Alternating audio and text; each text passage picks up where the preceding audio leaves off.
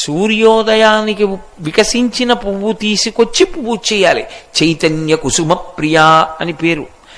అలా చేయాలి తప్ప ఇవాళ రాత్రి పువ్వులు కొని రేపు పొద్దున్న పూజ చేస్తానండి అంటే ఆ పూజని పూజగా స్వీకరించారు దేవతలు.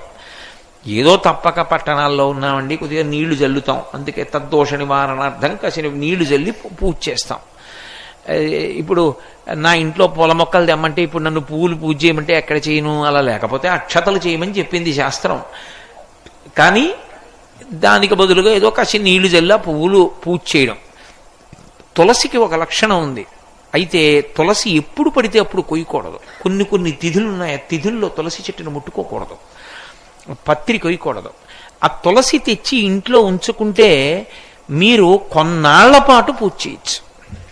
అందుకే సాధారణంగా ప్రయాణంలో ఉన్నప్పుడు ఏం చేస్తారంటే ఇంత తులసి ఇన్ని మారేడు దళాలు పెట్టెలో పెట్టుకుంటారు. పూజా పెట్టెలో పూజ పెట్టెని ఒకటి ఉంటుంది. ఎవరికైనా అలవాటు ఉంటేను బట్టలు తప్ప అవన్నీ ఎందుకండి మాకు అనుకునే వాళ్ళకి అవన్నీ ఎందుకు, కాసిన మారేడు దళాలు కలిసిన తులసి పెట్టుకుని తాను ఎక్కడున్నా దీంతో పూజ చేస్తాడు. వాటికి నిలవ దోషం లేదు. మారేడుకు మరీ ఎక్కువ, అవి ఎండిపోయినా చేయొచ్చు. కాబట్టి ఇన్ని శక్తులు ఉన్నది.